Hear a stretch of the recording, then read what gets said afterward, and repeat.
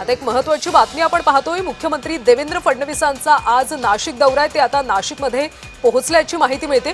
ओझर विमानतळाच्या विस्तारित टर्मिनलच्या कामाचं मुख्यमंत्री फडणवीस भूमिपूजन करणार आहेत। कुंभमेळ्याच्या पार्श्वभूमीवर विमानतळाच्या विस्तारीकरणाचा घाट घालण्यात आला। आता मुख्यमंत्री देवेंद्र फडणवीस हे नाशिकमध्ये दाखल झाले। पुढच्या वर्षी सिंहस्थ कुंभमेळा आहे आणि या कुंभमेळ्याच्या पार्श्वभूमीवर नाशिकमध्ये सध्या अनेक बदल केले जातात। आता ओझर विमानतळाच्या विस्तारित टर्मिनल केलं जाणार आणि त्याच्याच भूमिपूजनासाठी मुख्यमंत्री फडणवीस नाशिकमध्ये दाखल झाले। प्राची गीते मॅडम ही दोन्ही व्यक्तिमत्व आपल्याला अतिशय परिचयाची अशी।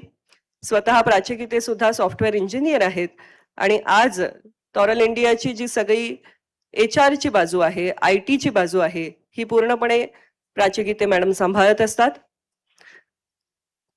आजचा दिवस हा टॉरल इंडियातल्या प्रत्येक कर्मचाऱ्यासाठी सुद्धा अतिशय महत्त्वाचा आहे, कारण हे कुटुंब आहे। त्याचे कुटुंब प्रमुख आहेत भरत गीते, पण या कुटुंबातल्या प्रत्येकाची भूमिका या यशामध्ये अतिशय महत्त्वाची आहे। अनेक तरुण या निमित्ताने टॉरल इंडियाशी जोडले गेलेले आहेत। त्यातले अनेक जण हे इथले भूमिपुत्र आहेत आणि त्यांना ग्लोबल स्टँडर्ड्सला अनुसरून। अधिकची माहिती घेऊयात आमचे नाशिकचे प्रतिनिधी किरण गोटूर यांच्याकडून।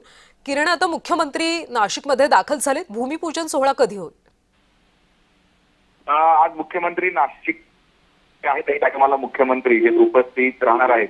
सर्वात महत्त्वाचं म्हणजे नाशिकचा जो विमानतळ आहे, या विमानतळाच्या विस्तारीकरणाचा जो कार्यक्रम आहे तो मुख्यमंत्र्यांच्या उपस्थितीमध्ये पार पडणार आहे, अशा पद्धतीचं माहिती मिळते। कारण आगामी कुंभमेळा आहे, कुंभमेळ्याच्या अनुषंगाने जो आता जे आहे विमानतळ आहे याचं विस्तारीकरणाचं प्रकल्पाला मंजुरी मिळाली होती आणि त्याची भूमिपूजन आज मुख्यमंत्र्यांच्या उपस्थितीत होत आहे आणि उपमुख्यमंत्री एकनाथ शिंदे सुद्धा या कार्यक्रमाला उपस्थित राहतील, अशा पद्धतीचं माहिती मिळते। पण त्याआधी चांदवड येथील एका धार्मिक कार्यक्रमाला मुख्यमंत्री जे उपस्थित राहणार आहेत, कारण जैन धर्मियांचा एक मोठा कार्यक्रम चांदवडमध्ये आज आहे। त्या येवल्याला कार्यक्रम आहे आणि त्यानंतर ओझर विमानतळावरती हे संपूर्ण कार्यक्रम होईल, अशा पद्धतीचं नियोजन करण्यात आलेलं आहे। आताच आधी मुख्यमंत्र्यांचा आगमन नाशिकच्या ओझर विमानतळावरती झालेलं आहे आणि त्यानंतर ते या कार्यक्रमाला जे हजेरी लावतील। आजच्या कार्यक्रमात आगामी कुंभमेळ्याच्या अनुषंगाने अजून काही नवीन घोषणा करतात का किंवा काही नवीन प्रकल्पाची घोषणा आज नाशिकमध्ये करतात का, हे बघणं महत्त्वाचं असणार आहे। नक्कीच किरण, धन्यवाद या माहितीसाठी। तर मुख्यमंत्री देवेंद्र फडणवीस नाशिकमध्ये दाखल झालेत। ओझर विमानतळाच्या विस्तारीकरणाचं टर्मिनलचं ते उद्घाटन करणार आहेत।